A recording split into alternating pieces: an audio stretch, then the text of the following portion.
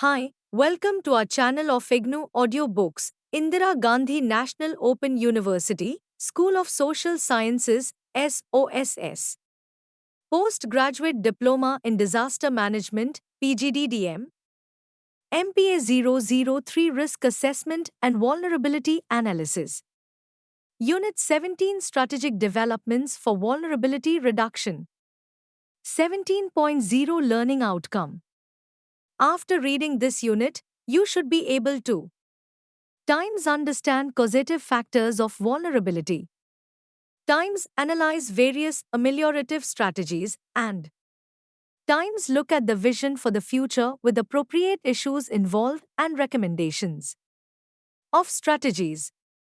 17.1 Introduction.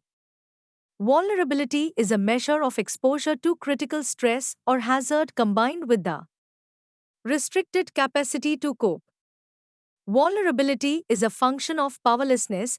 It is created as people face phenomena beyond their control and, at times, comprehension. Vulnerability can arise out of power equations owing to which the exposed are deliberately kept ignorant of their danger or their positioning vis-a-vis dangers. Many risks are the result of people being misinformed for a variety of political or commercial reasons. Access to food, in contrast to its production, is the most important explanatory variable in food security and the resilience of populations.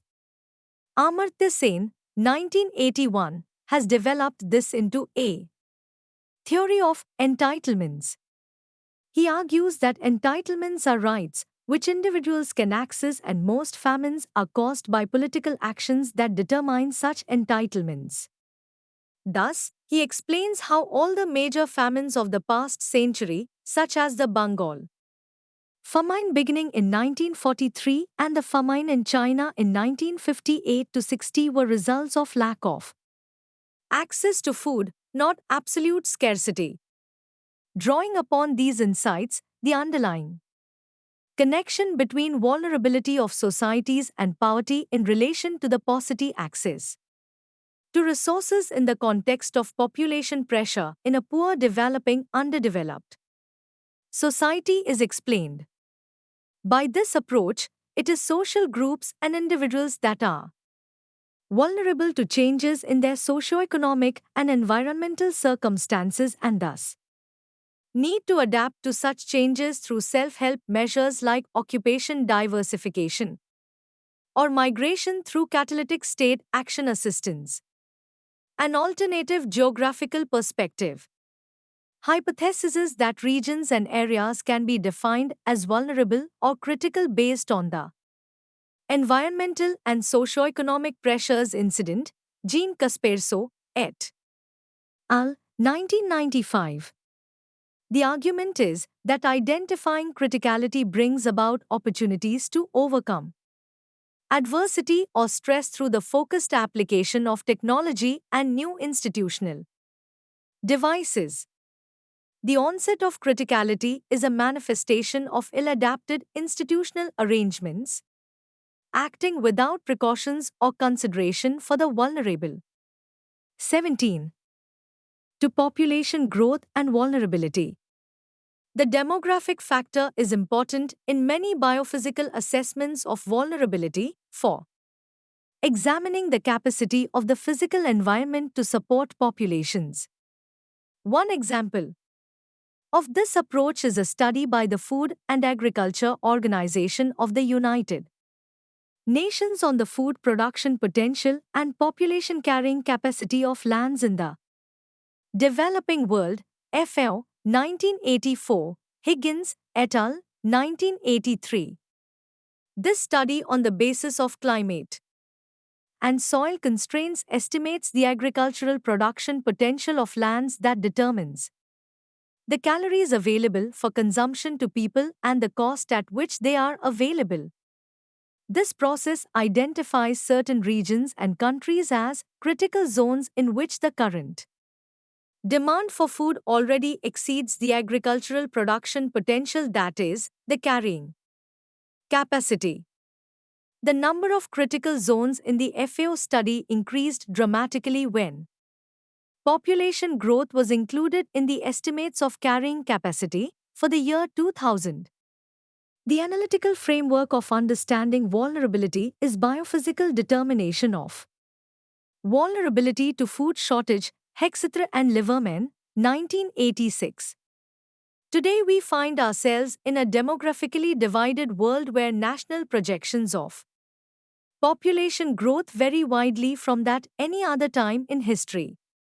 In most European countries and Japan, population has stabilized or is declining, but in others, such as Ethiopia, Pakistan, and Saudi Arabia, population is projected to double or even triple before stabilizing. Many countries that have experienced rapid population growth for several decades are showing signs of demographic fatigue. Governments are struggling with stresses and strains of providing education and employment requirements for a growing number of people and managing environmental degradation that comes with uncontrolled population growth. Without a concerted effort by national governments and the international community to attend to sociological changes such as weakening social and filial ties and developmental factors like land scarcity and water shortage could become unmanageable, which could lead to political instability, economic decline, rising death rates, and increase in vulnerability, heightening future disasters' potential. The world is already facing the consequences of past neglect of the population issue. 2. Regions where death rates are already rising or show signs of rise are Sub-Saharan Africa and the Indian subcontinent, which together contain 1.9 billion people, which forms nearly one-third of humanity. Without clearly defined government strategies in countries with rapid population growth with active assistance from the international community, one-third of humanity may fall into a demographic black hole. Brown, 2001. Increasing population pressure is outweighing provision of national and social security services like hospitals, educational institutions, etc. If birth rates do not come down soon, these natural systems and social services might deteriorate to the point where death rates rise exponentially. During 1987, the world population passed the 5 billion mark, yet only 90 years ago it was under 2 billion. Although the predictions of very rapid population growth forecast in the 1970s by the Club of Rome have not materialized because of a slowing growth. In China and most industrialized countries, further rapid growth is regarded by demographers as possible or even inevitable. It is difficult to object to the idea that population growth is a significant global pressure, contributing to increasing vulnerabilities. However, the exact cause and effect relation between population growth and vulnerability in the context of disaster management remains unspecified. Some of the implications of population expansion relative to disaster risks can be more easily related to different age groups, but specific determination of vulnerability in the context of demographic profile has yet not been attempted. One would not deny that rising population is a component of increased vulnerability. But demographic processes themselves are largely a reflection of people's individual responses to the opportunities and uncertainties presented to them by broader economic processes, in that neglect of the elderly and children might be a fallout of vulnerability or disasters. Certain correlations, however, are obvious. Population growth has led to increasing access of marginal depleted land for habitation and agricultural commercial purposes. Such activity in coastal areas has disturbed the ecology of these fragile systems and exposed people and facilities to hazards, particularly flood and cyclones. This is particularly true of low-lying islands that emerge as a result of silt deposition in the river estuaries of delta regions. This poses serious risks to the occupants from both cyclones and riverine flooding and makes them seriously vulnerable. Reducing disaster vulnerability and slowing global population growth are related in that for vulnerability reduction, population growth rate has to be controlled. Vulnerability to disasters will be tied up with increased resource access and empowerment. But they should also incorporate the means to secure livelihoods that do not require large families in consonance with sociological dynamics. Disaster management and development share a mean-end-mean relationship in that one is the means of to the other and so on. 17.2.1 Demographic profile and vulnerability. The first and foremost concern is of the increasing proportion of young people in the world. Already in many developing countries, as much as 50% of the total population is under 15 years of age. By the end of the century, it is projected that the population under 30 years will increase by 500 million, constituting 60% of the world's population. Although a high proportion of these children and teenagers engage in productive economic activity, it will be increasingly difficult to cater to their basic needs since a relatively small percentage of the adult population has to bear the responsibility for feeding, clothing, housing, and educating them. It is highly possible that this highly vulnerable segment of society could be neglected. Many may have no option other than becoming street children, forced to fend for themselves in hostile urban environments. Street children may be more vulnerable to certain diseases like cholera because of the unsanitary conditions under which they live. If driven by poverty into the sale of sexual services, they are much more vulnerable to the risk of HIV infection. As per the World Disasters Report 2004, in southern Africa, distress due to HIV/AIDS has increased because of abuse and isolation by families. Increasing social capital through intervention of outside agencies is being looked upon as a disaster management mitigation measure. UN organizations are expected to work towards increasing social interface among communities and strengthening filial ties through promoting of dialogue to arrest reverse negative sociological changes. Implications of this changing age profile need to be understood in the context of disaster management and incorporated in disaster awareness programs. The critical importance of making all school buildings resistant to hazards has to be recognized. With necessary political will, mobilization of predominantly young communities to protect their settlements against disaster risk would be fruitful in developing organizational capacity of the youth. This implies the development of training, leadership, and suitable institutions for the task. Also, specific risk reduction policies would need to focus on the protection of the elderly, who have so far received minimal attention. Europe's population is aging. According to the UN's Population Division, UNFPA, by 2050, there will be 2.4 older persons per child, and more than 1 in 3 people will be aged 60 years or over in the region. UNFPA points out that fastest growing segment of the global population in 200 was aged 80 or over.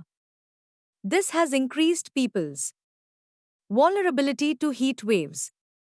Heat waves are causing loss of many lives in France and cold waves in the UK. This is because of the social structure, which isolates the elderly. In third world countries, heat and cold waves target the poor and the homeless world. Disasters report. Some steps like converting school into shelter houses in extreme conditions has been attempted, more concrete policies are needed.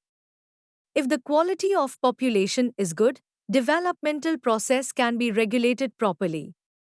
Health and age are important determinants of vulnerability as brought out in various case studies. Pankhurst, 1984, lists the elderly, the disabled, pregnant women and mothers, the chronically ill and children as particularly vulnerable groups in refugee camps. Their groups have particular nutritional needs or disadvantages in that they are more sensitive to food shortages, climate extremes, and other physical stresses that may accompany global change. They are also not able to move easily from risk or disaster struck zones. 17.3 Infrastructure for vulnerability reduction. The global patterns of famine and hunger reflect the pervasive effects of human vulnerability. In 1990, an estimated 477 million people lived in countries where local crop production and import capacity failed to meet their usual levels of consumption, and 828 million people suffered chronic undernutrition in 1994 to 96, up from 822 million in 1990 to 92. In addition, more than 100 million children are estimated to have below normal growth. The recent increase in the number of hungry people in the world is directly connected with vulnerability due to the lack of progress in reducing world poverty and the growing gap in income distribution in many parts of the world. In the 1985 to 95 decade, countries with 50% or more of their population undernourished all had stagnant or worsening per capita income. Similarly, where more than 30% of the people were chronically hungry, income growth had stagnated or declined. Vulnerability problems are also apparent in the growing global scarcity of high-quality water resources. The global water situation reveals a growing inequality and potential for social conflict. Over a billion people lack access to safe, clean potable water, 1.7 billion lack appropriate sanitation facilities, some waterborne diseases are still rising or are widely prevalent, groundwater overdraft are rising, and irrigation development remains highly unequal. Global urbanization is likely to be a major force in determining vulnerability patterns. By 2005, more than 50% of the world's population will reside in urban areas, and over the next 20 years, over 90% of the urban growth will occur in cities in the developing countries. Food insecurity will increasingly be an urban problem worldwide, adding to the complex of problems that rapid urbanization will involve. Most number of deaths from heat waves has been reported from urban slums around Paris and industrial areas around New Jersey in America, World Disasters Report, 2004. With respect to rural areas, in respect of climate change and world food security, the IPCC, 1996, Assessment of Agriculture Security in the Face of Climate Change reached a number of important conclusions. Global agriculture production appears to be sustainable. In the face of climate change, although the situation of countries in the low latitudes with low income is worrisome, many of the countries in sub-Saharan Africa dependent on isolated farming system and with low income are likely to be the most vulnerable to climate change. Other vulnerable regions worldwide are south of Southeast Asia, where dependence on the food production sector is high, and a group of Pacific Island nations. And increased tropical storms pose substantial threats. Of the physical infrastructures, a Society or a group may have resources sufficient to carry on through several years, but lack of development of physical infrastructure on a sustained basis and prolonged stress may reduce those economic reserves and significantly increase vulnerability. Following groups may be identified as vulnerable to global change due to lack of physical infrastructural facilities. A. Rural smallholder agriculturists with limited land and labor who are resource poor and especially exposed if they are farming in marginal lands. B. Pastoralists, often sensitive to drought and pests and subject to dramatic collapse if entitlements fail in a political context of marginality. C. Wage laborers, dependent on exchange entitlements with little or no direct agricultural production and who may be sensitive to market and political failures. D. Urban poor, who often form a more visible vulnerable group with some power and access to the political economy. E. Refugees, often nearly destitute, who remain dependent on the political economy for their subsistence, and F. Destitute groups, who are no longer capable of productive activity, are unlikely to re-enter their former occupations and are dependent on food aid from a variety of sources. There are some physical infrastructural changes which may be viewed as dimensions of vulnerability. A. Reduction in the availability or value of the resources necessary to satisfy human needs, desires, and aspirations. B. Reduction in the capacity of the human subsystem to make adequate use of the resources available. C. Reduction in the autonomy to use resources and to make decisions. D. Reduction in the capacity to respond to internal and external changes, and E. Reduction in the capacity to future improvement or maintenance. 17.4 Interactive areas in policymaking. For vulnerability reduction, developmental planning has to be done in a strategic way. There should be proper land use planning and regulations for sustainable development of an area to minimize vulnerability. Preventing or modifying hazard potential can significantly reduce the risk involved. Land use planning and management in hazard-prone areas such as in case of floods and earthquakes can do this. Rapid urbanization has led to higher concentration of people living in hazardous areas and consequently to higher losses when disasters occur. As urbanization is proceeding, declining standard of facilities like drainage and sewer is making large cities increasingly vulnerable to flooding. Long-term disaster reduction efforts should, therefore, aim at promoting appropriate land use in the disaster-prone areas by ensuring land suitability with agricultural development strategies. High investment industries and installations, as well as critical facilities like hospitals and government offices, etc., should not be located in areas that are susceptible to disaster impact. Fire and industrial accidents can be reduced if land use planning ensures location of hazardous and fire-prone industries away from residential areas. Licensing authorities of industries should consider sustainable development issues. Proper, long-term land use planning, by incorporating all geological data available, would identify and locate hazard-free areas for industrial and urban development, which would be the most effective way of dealing with disasters. Large concentrations of people living in hazardous zones, not capable or willing to be moved to safer areas, should be provided the best help possible. Authorities in charge of disaster management should, therefore, have at their disposal reliable estimates of the type, severity, and location of the damage likely to occur. Damage to property can be limited if, for example, building Codes are enforced.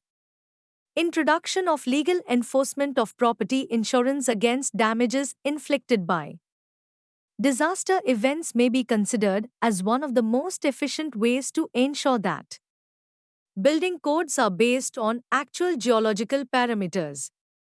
Regulations have a potentially greater impact on loss reduction than any other single management tool that has been widely used.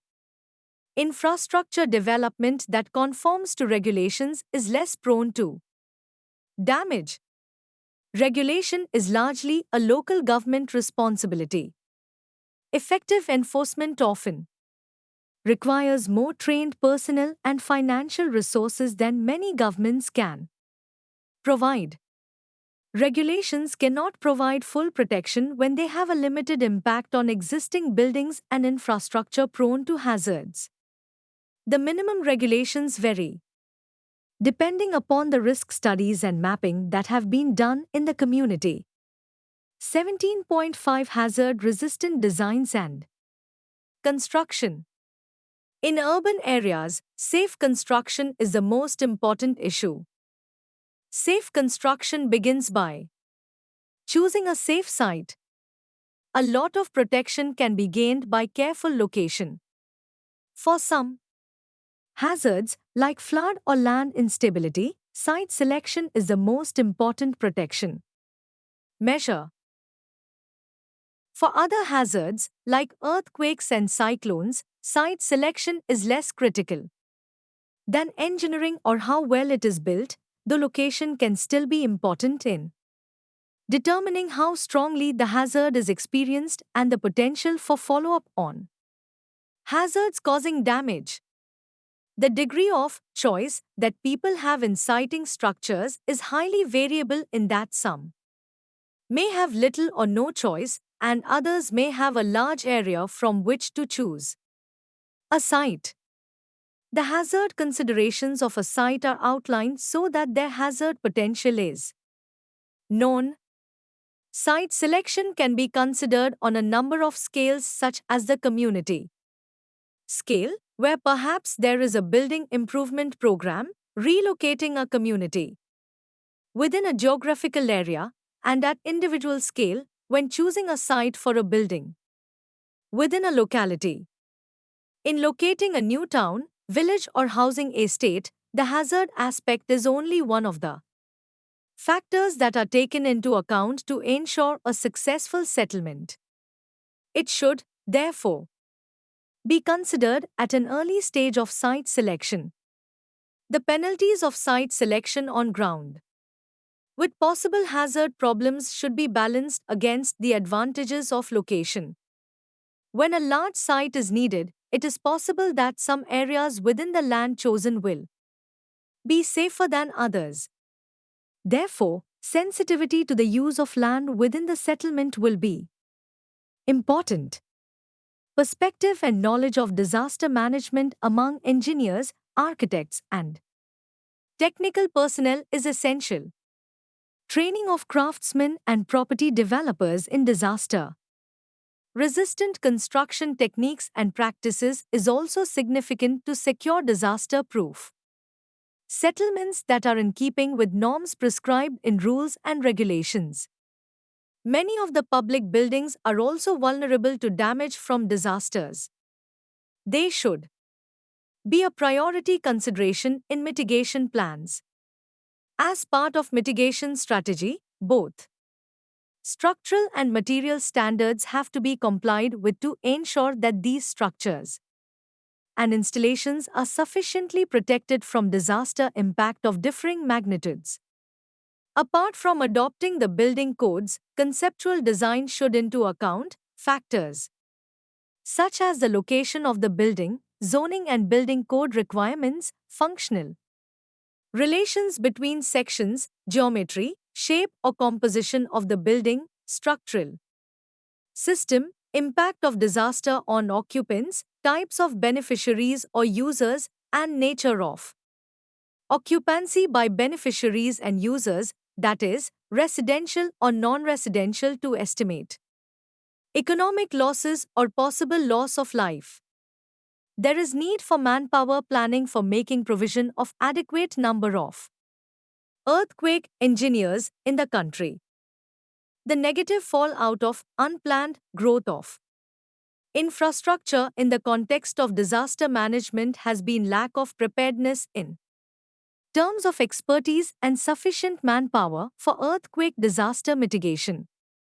Despite the seriousness of the problem and the long existence of the profession, a vibrant earthquake industry has not yet emerged whereby earthquake-related services and products can be made conveniently available within the country on a commercial basis.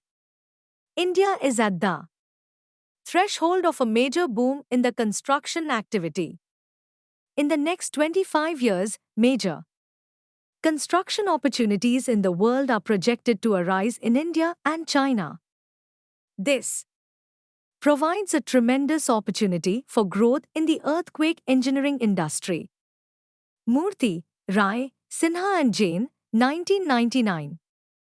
Despite India being in seismically active zones, no initiative seemed to have been taken in said area up till now. However, the requirement has been recognized and steps are being taken to develop manpower capability and availability in the area.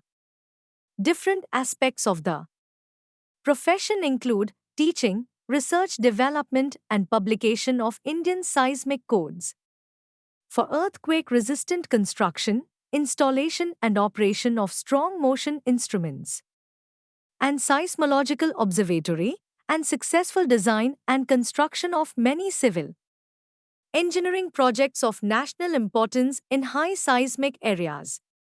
These activities have involved only a very small group of persons and/or organizations.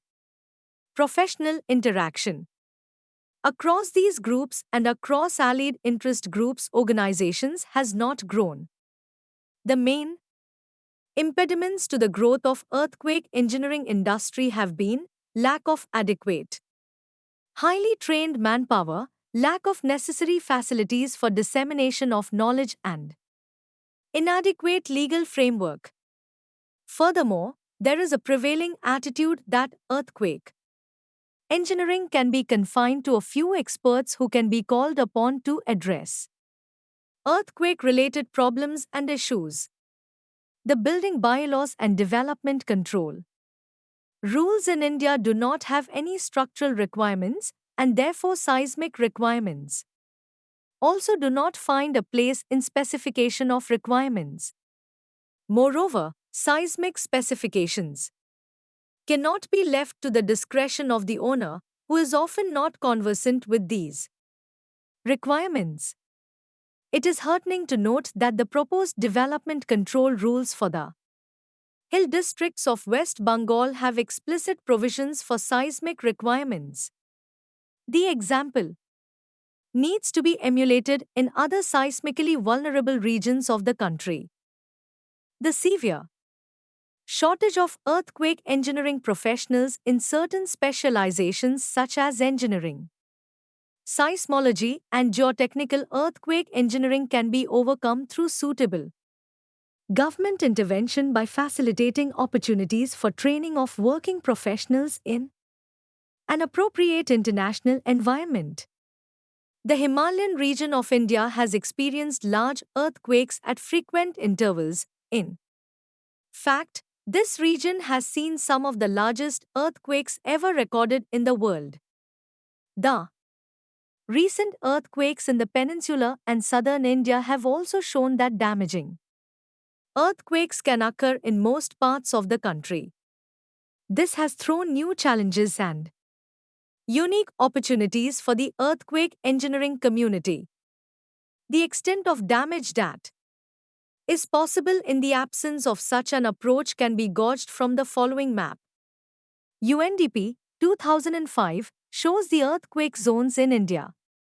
As can be seen in the map, entire northeast, parts of Gujarat, Uttaranchal, Jammu and Kashmir and Himachal Pradesh fall in high-risk zones. Academic studies on a sustained basis would be required to address the problem on a long-term basis. apart from region. Specific strategies integrated with wider state level and national socio-economic planning. Due to demographic pressure, greater number of people is forced to reside in areas such as unstable slopes, coastal floodplains and recent landfills that have higher seismic risk. Moreover, due to poverty and lack of serious consideration of the risk among policy planners, large-scale use of inappropriate construction technologies is taking place. This, together with high population growth and rapid urbanization, has led to increased threat of seismic risk. Cities most at risk are major commercial centers like Patna, Dehradun, etc., which require concerted action on the part of administrative authorities.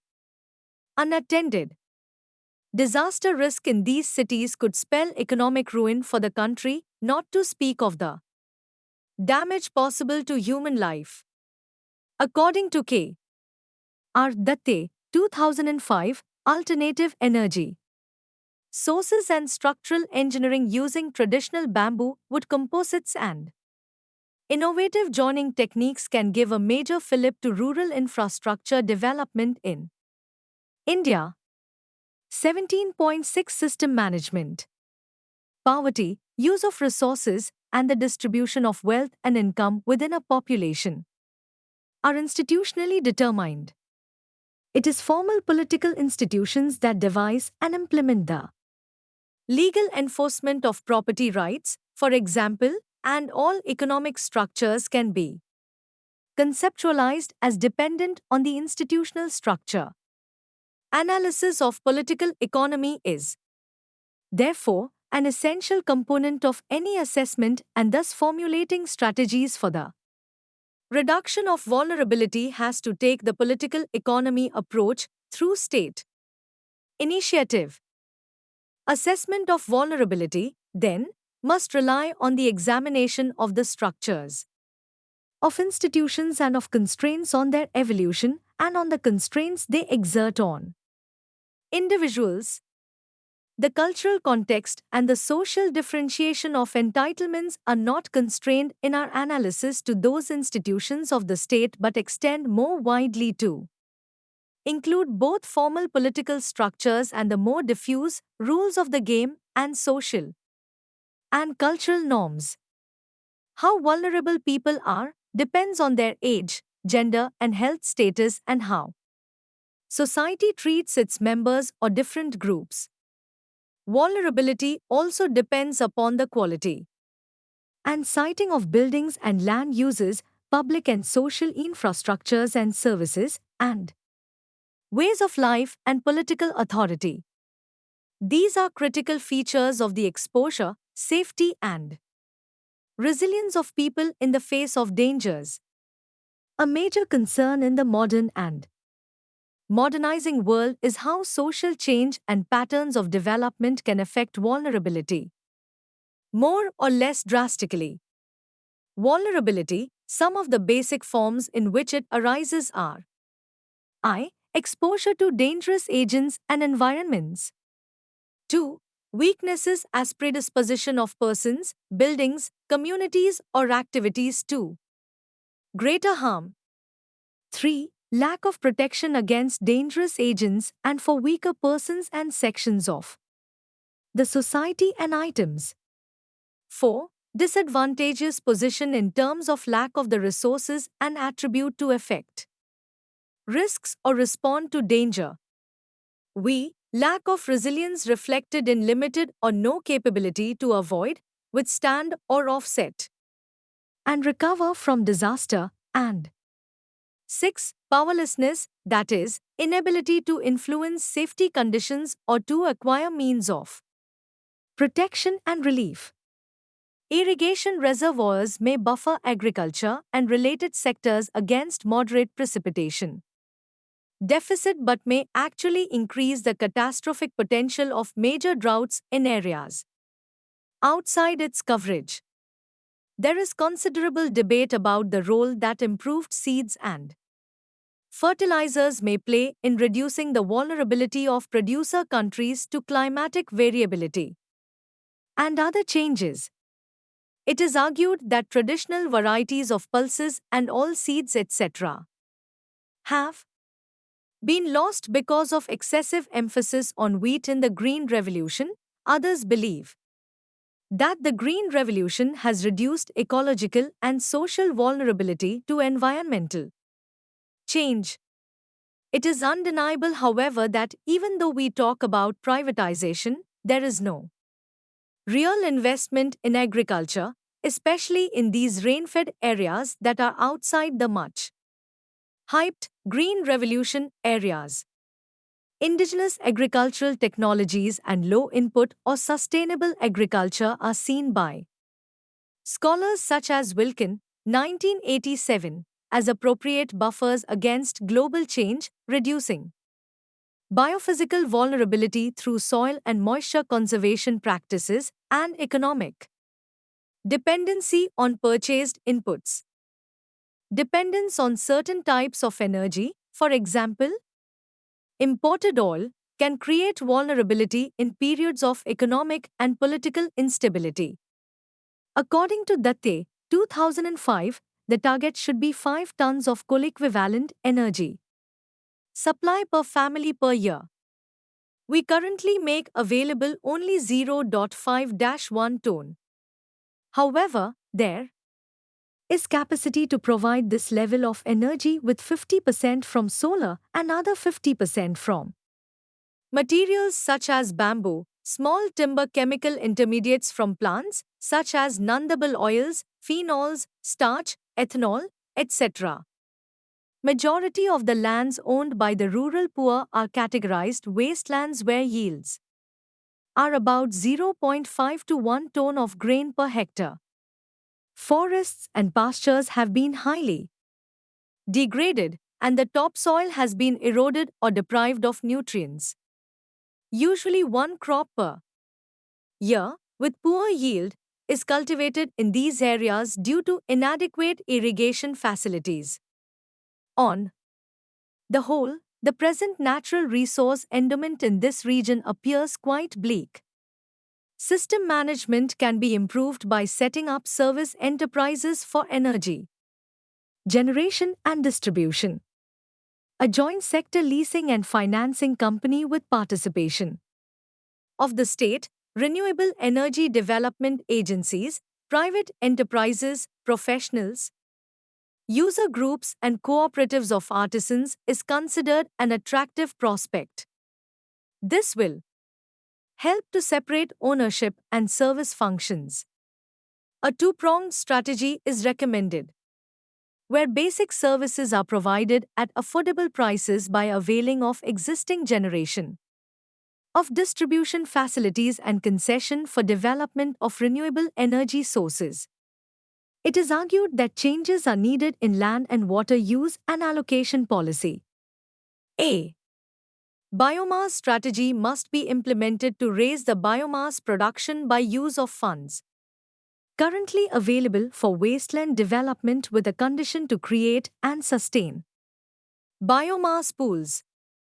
Entitlement of the biomass to the poor from the local and regional biomass pools would make it possible to recover the cost of energy services in the form of biomass. Migration and population movement are important aspects of social stability and in many circumstances contribute to livelihood security and resilience at the household level. Through remittances, as these provide opportunities for diversification and reduction in resource dependency. Following steps may be taken to reduce social vulnerability. A. Poverty reduction clearly must be a priority, though that alone may not be sufficient. To ensure the wider access to resources necessary to reduce vulnerability. B. Risk spreading through income diversification can be promoted in a number of ways, and again will assist the poorest members of the community. C. The loss of common property resource management rights represents serious erosion of the ability to resist stress and Where it cannot be avoided, compensatory measures should be implemented, and d. The reduced efficiency or loss of forms of collective action or investment affects the community as a whole, and this process warrants careful monitoring with efforts to promote the development of other, perhaps traditional forms of community security. 17.7 Strategic planning for vulnerability reduction. Organized emergency measures and humanitarian assistance in disasters are major approaches in reducing vulnerability. These can reduce damage and speed up recovery. Less often considered but perhaps more effective is how societies can improve public safety in a broader sense through general material uplift, social security measures, and broad legislation to protect people's rights. Also, setting up of social infrastructure would be an appropriate approach towards reducing vulnerability. To return to the role of planning in the context of ecological and economical reconciliation and reduction of vulnerability, although there is an argument that responsible public policy must try to manage key environmental dimensions, planning alone is not enough.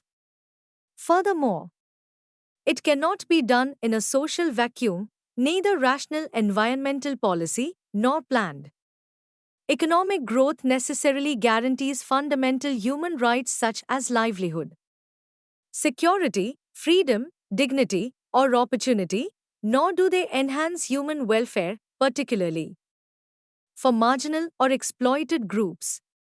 Securing such values must be a principal motive behind whatever planning does occur, and therefore cannot be the prerogative of current planners. The full plurality and diversity of values that exist in society must be mobilized to inform and guide policymaking. Development of social support infrastructure includes a wide variety of rights and obligations between members of the same household, for example, wives and husbands, children and parents, with the extended family and other wider groups with a shared identity such as clan, tribe, and caste. Within the household and the family, successfully securing resources in potentially disastrous or fallback position or breakdown position is facilitated because of sound social infrastructure. Women tend to lose these conflicts for scarce resources and are affected by who eats first, the share of available food, and lack of access to cash earned by other family members.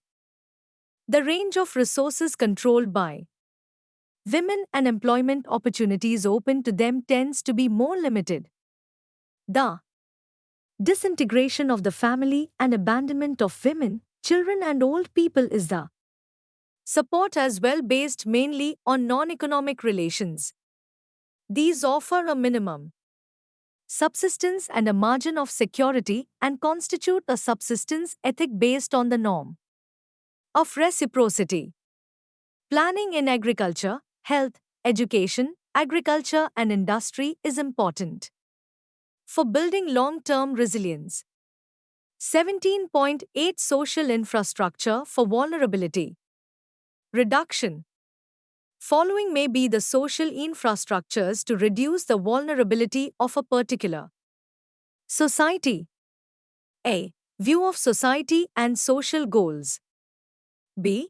Agent of change. C. Population. D. Equity. E. Relative rights and responsibilities of individuals and society.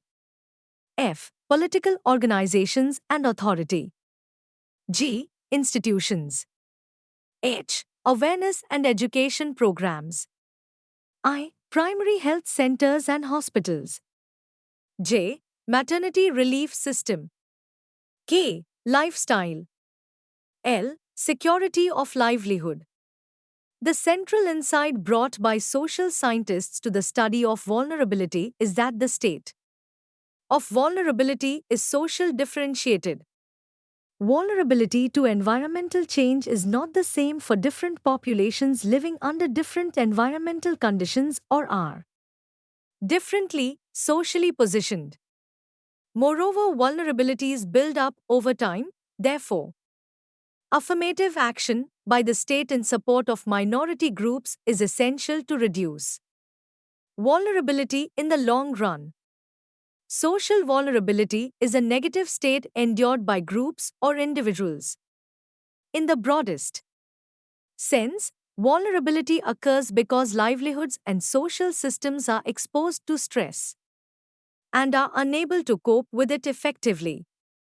Vulnerability is a chronic and pervasive state, arising due to underlying economic and social situation, not only in terms of lack of income and resources but also with respect to a range of factors determined by government policies, societal trends, and so on. Vulnerability to food insecurity can be defined in terms of a. Exposure to stress and crisis, b. Capacity to cope with stress, and c. Severe consequences of stress and the related risk of slow recovery.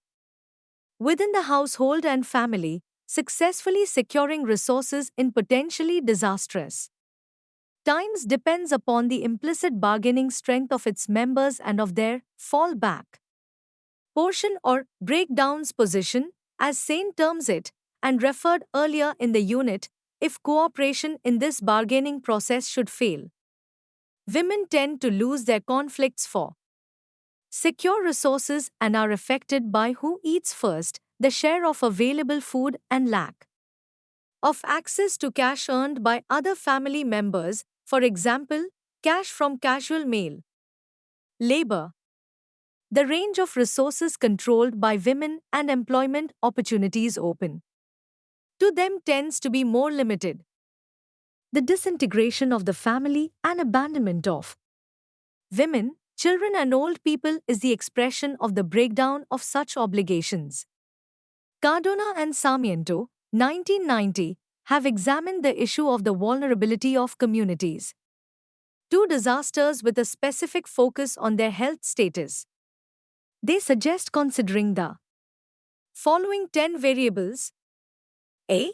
Age structure, B. Health structure morbidity, C. Health structure mortality, D. Family income, E. Illiteracy rate, F. Level of schooling, G. Location of the workplace, H. Spatial distribution of the population, I. Urban population density, J. Rural population density. Most neo-Marxists consider class to be the overriding category which differentiates social vulnerability. The appropriate divisions, proletariat, bourgeoisie, etc., have been discussed, may times and occasionally identified with differences in a. Income in which wealth can be used to purchase land, food, or other resources to buffer an individual against environmental change. B. Gender, according to Schroeder, 1998, and Ali, 1984, is an important indicator of vulnerability to drought. Women, because of lower incomes and lack of rights to land and other resources, are frequently more affected than men by drought and natural disaster.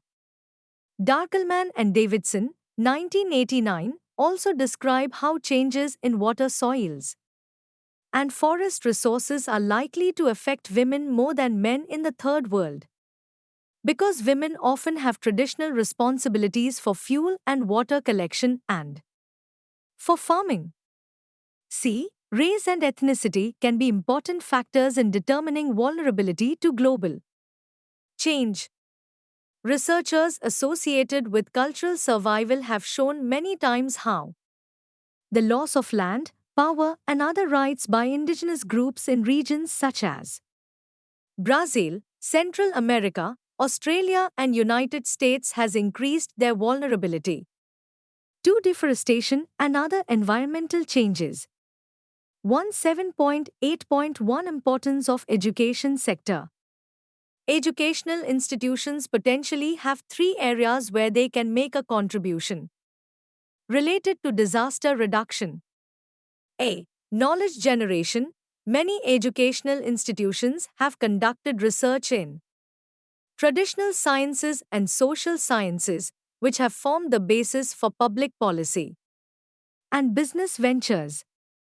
B. Technical advice. Different types of agencies access academic expertise on a wide range of disaster issues, spanning from earthquake prediction technology to socio-economic political analysis of vulnerabilities. Their opinions are empirical and fact based and therefore sought and respected by institutions and the society at large.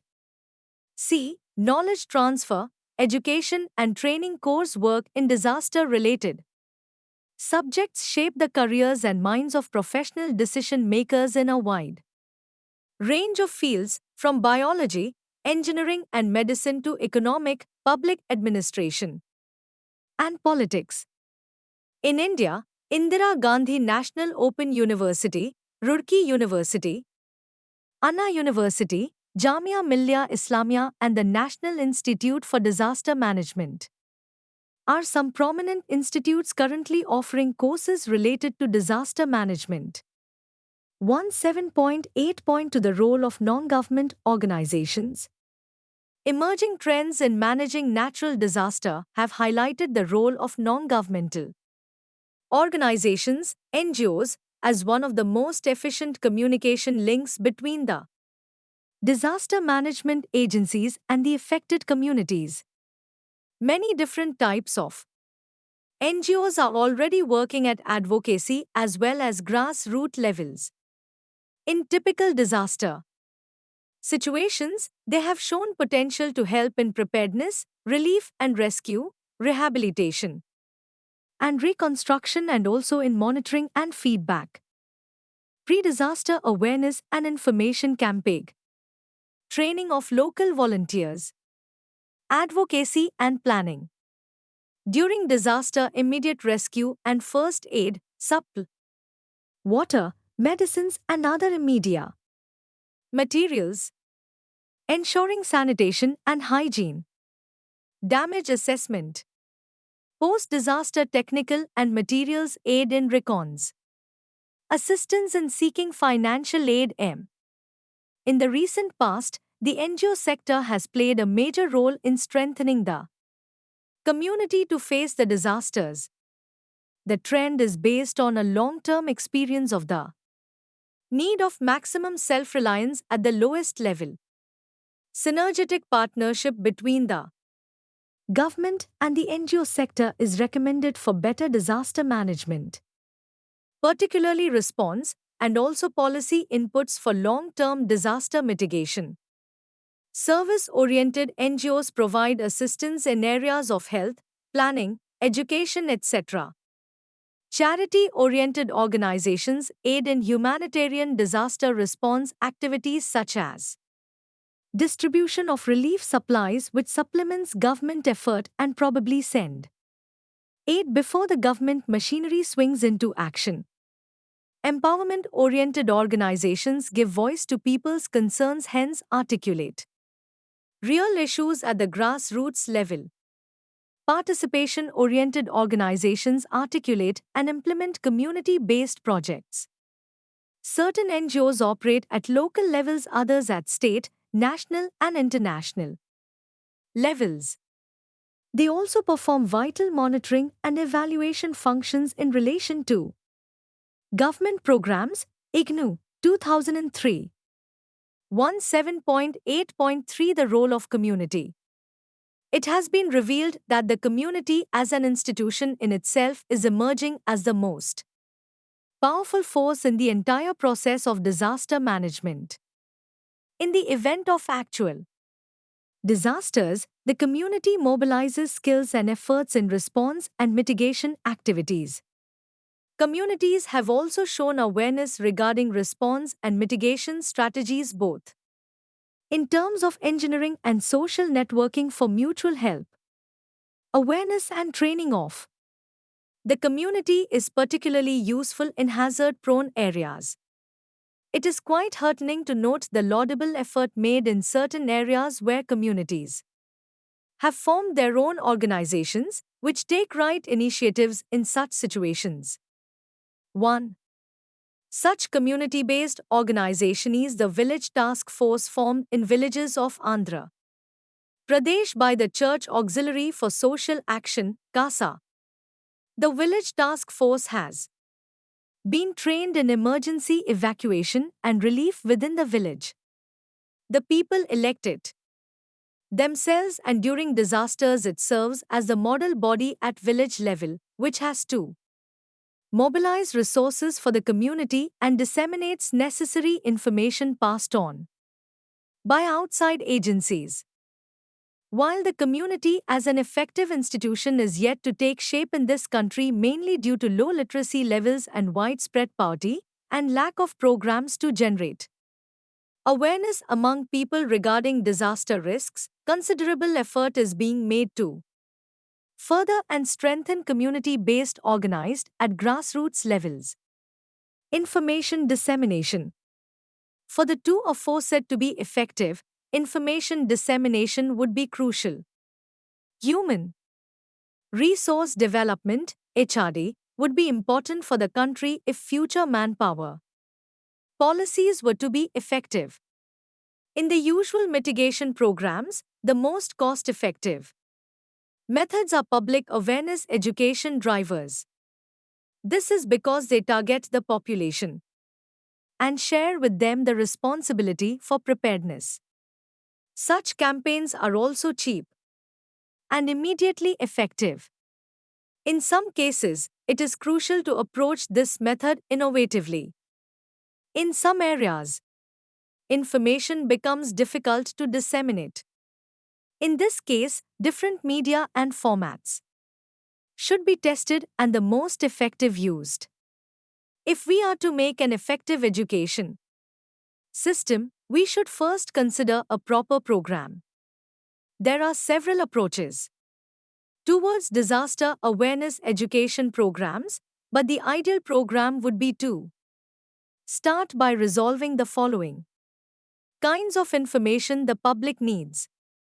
The information to be communicated to the public can be classified into various categories, such as basic or general information, information on government assistance program, or it can be classified based on the target audience, for example, basic information for middle school children and so on. A. The target audience. In developing the education program, it should be noted to be able to impart information. Materials developed should be focused on creating a lasting impression on the particular audience. Usually, the best place to start disaster awareness education is in schools. School education does not simply mean education for children. In some societies, with a high proportion of adult illiteracy, children in school may in fact be the only effective means of communicating more complex concepts to adults. B. The information format. The format for communicating information to the public can vary. Some possible options are Times printed materials as in books, posters, or pamphlets. Times audiovisuals such as films, radio, or television features. Times multimedia as in computer games or computer-based education entertainment programs. C. The information medium. The following are examples of channels that can be used to communicate information. Times print, telephone directories, newspapers and magazines. Times broadcast media, cinema, radio and television. Community and other groups, gathering or meeting of various kinds, church or mission and others. Hazards, vulnerability risks and disasters in general are dynamic phenomena. Disaster awareness is also very dynamic as people focus their attention just after a major disaster. but tend to lose interest as time progresses. For this reason, information imparted by programs should also be checked and updated periodically to determine whether it is intended sense. 17.8.4 Training of staff.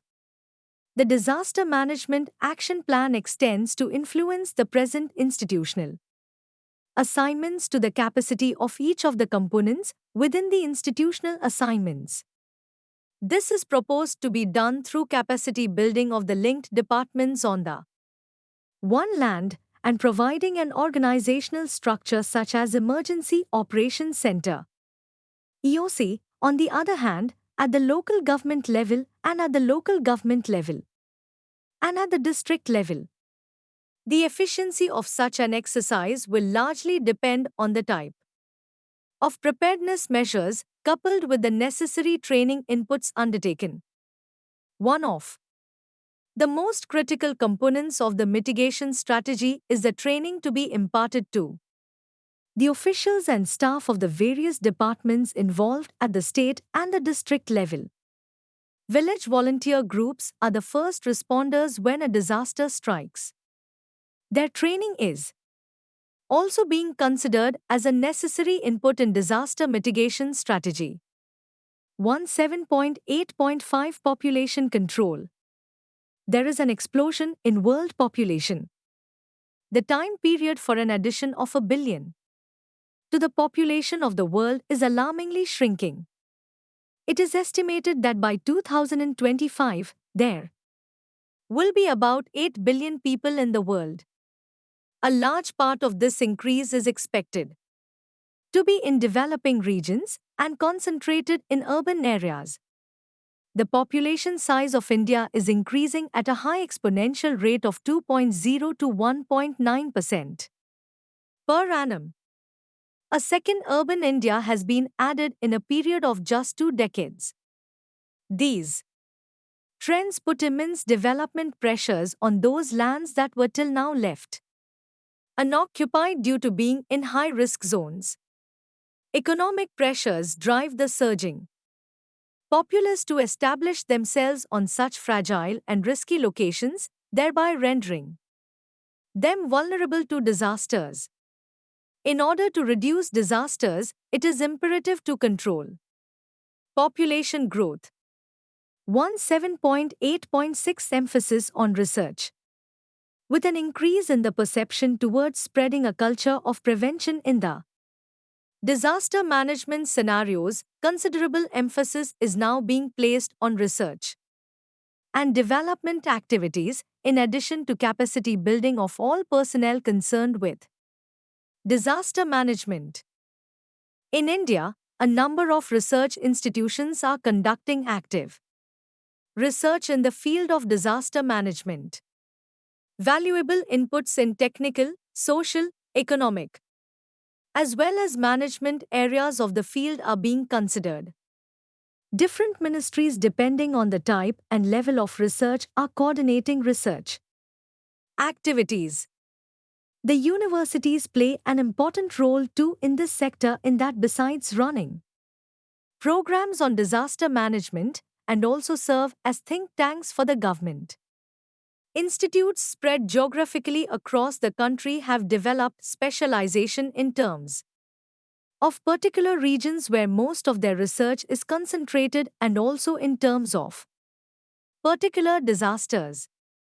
Notable universities are the University of Roorkee, the Indian Institute of Technology, and the Anna University. The Department of Science and Technology, Government of India, coordinated activities through a network of scientific institutes, for example, the Central Building Research Institute at Roorkee. The Ministry of Urban Development carries out research through Building Materials and Technology Promotion Council on subjects such as appropriate building materials for disaster-prone areas. These institutes, besides providing technical assistance to implementing and engineering organizations, also trains field-level officers and other concerned role players. The Ministry of Agriculture and Cooperation too has set up a National Center for Disaster Management at the Indian Institute of Public Administration to look after administrative training activities in the field of disaster management. 17.9 Experimenting with technology. The ecological paradigm in public administration has been in consideration for some time. Now, there have been divided opinions about appropriateness of technology transfer from the Western world to third, for example, the agricultural production technology, described as the Green Revolution. Also in the field of disaster management, the applicability aspect of technologies has to be considered. For example, the Geographic Information System, GIS, and remote sensing systems causing millions of dollars worth of monitoring systems and expensive predictions systems. All this is practically useless until there is actually a method of applying these technologies at the local level. The problem is implementation. The challenge is to make warning systems more users-friendly too. Disseminate information is easily intelligible way to local people. Roadblocks in implementation. In most developmental schemes are many, ranging from economics, local or national, politics, corruption and/or lack of leadership. In most developing countries, economics, corruption and politics play a very strong role. In other words, there should be more effective use of technology so that new technologies can be transferred from the developed world will have a real impact on the safety of the people. With this background, we see that the important challenge, which would be faced by every developing country disaster manager at present, is how to make present mitigation programs work effectively and efficiently. 17.10 Vision for the future. Traditionally, disaster management consisted primarily of reactive mechanisms. However, the past few years witnessed a gradual shift towards a more proactive, mitigation-based approach, as it was being proved time and again that reactive mechanism yielded only temporary results at a very high cost. In this context, an exploration of the concept of sustainable development inevitably ensures the recent definitions of sustainable development encompass the three dimensions of economic efficiency, social equity, and environmental protection, all three of which contribute to and are affected by natural disasters. On the other hand, disaster relief personnel have repeatedly been confronted with the same kinds of problems in a number of disaster situations. There is an increasing recognition of the fact that relief, rehabilitation, and other disaster mitigation action should be coupled with interventions aimed at development as the wider objective.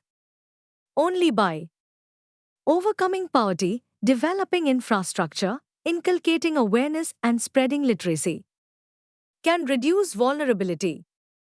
In this respect, all development programs that are committed to sustainability are relevant to disaster mitigation and prevention.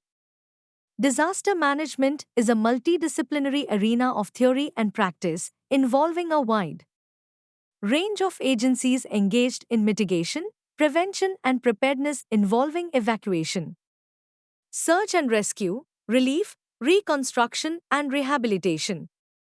It is also multi-sectored administration in that scientists, planners, volunteers, and communities all have important roles to play.